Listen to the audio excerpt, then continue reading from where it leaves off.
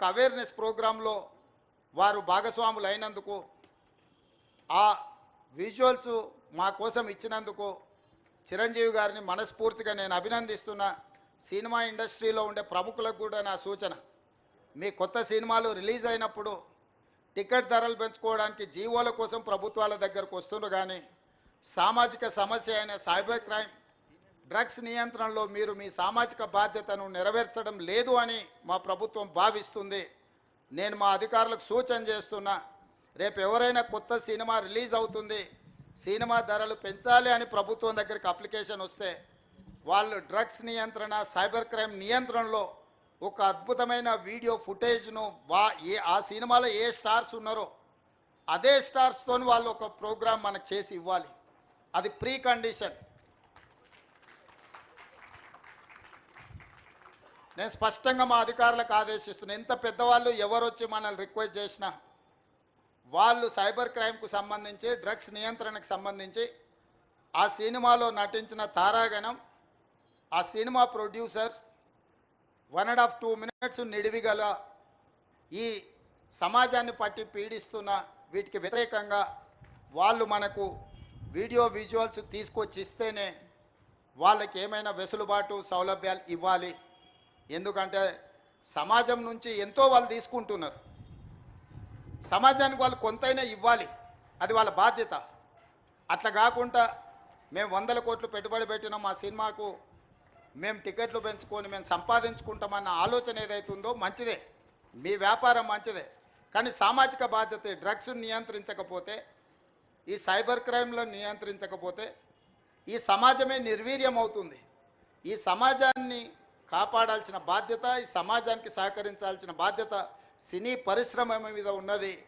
కాబట్టి ఎవరైతే ఏదైనా ఈ ప్రభుత్వం నుంచి ఏదైనా సహకారం కావాలి అని వస్తే వాళ్ళు సమాజానికి సహకరించాలి.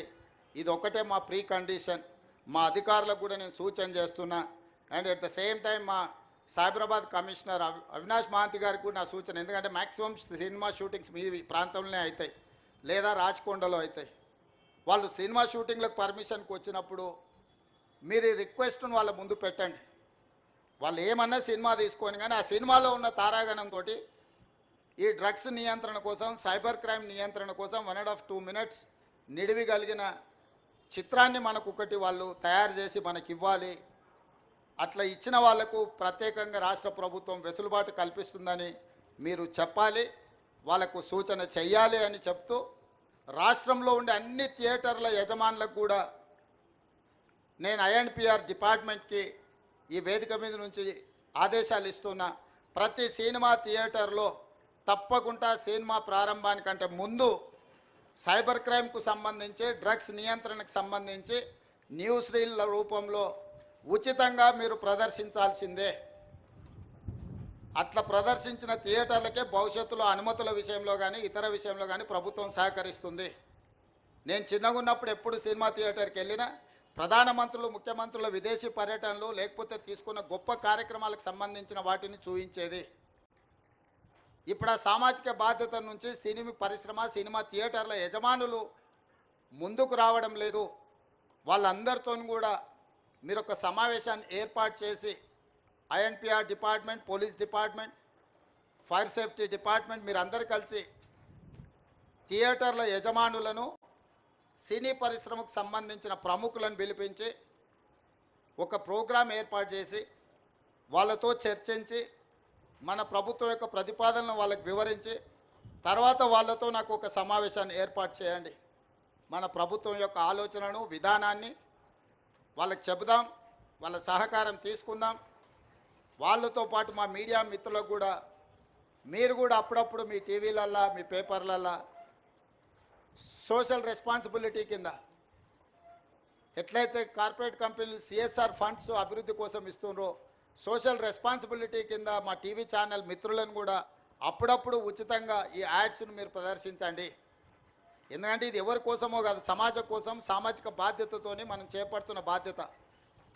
మన కోసమే కాదు, మన పిల్లలు, వాళ్ళ భవిష్యత్ తరాల కోసం మనం చేస్తున్న ఒక కార్యక్రమం.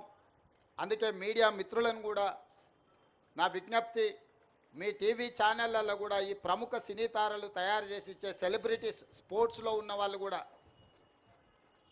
ఎవరెవరైతే పివి సింధు కావచ్చు, సానియా మిర్జా కావచ్చు, ఇట్లా చాలామంది క్రీడాకారులు వాళ్ళందరి నుంచి కూడా ఇట్లాంటివి సపోర్ట్ తీసుకొని వాటిని టీవీలలో ఉచితంగా మీరు ప్రదర్శించాలని ప్రభుత్వం తరఫున విజ్ఞప్తి చేస్తున్నా.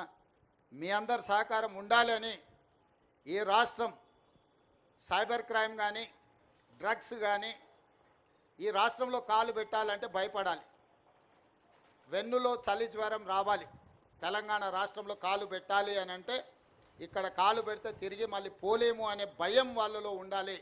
భయం కల్పించాల్సిన బాధ్యత మా పోలీస్ అధికారులదే. మా వాళ్ళు ఫ్రెండ్లీ పోలీసింగ్ అని అంటుంటారు. నేను కూడా ఒప్పుకుంటా ఫ్రెండ్లీ పోలీసింగ్. ఎవరికి? బాధితులతోని ఫ్రెండ్లీగా ఉండండి, నేరగాళ్ళతోని కాదు. Friendly policing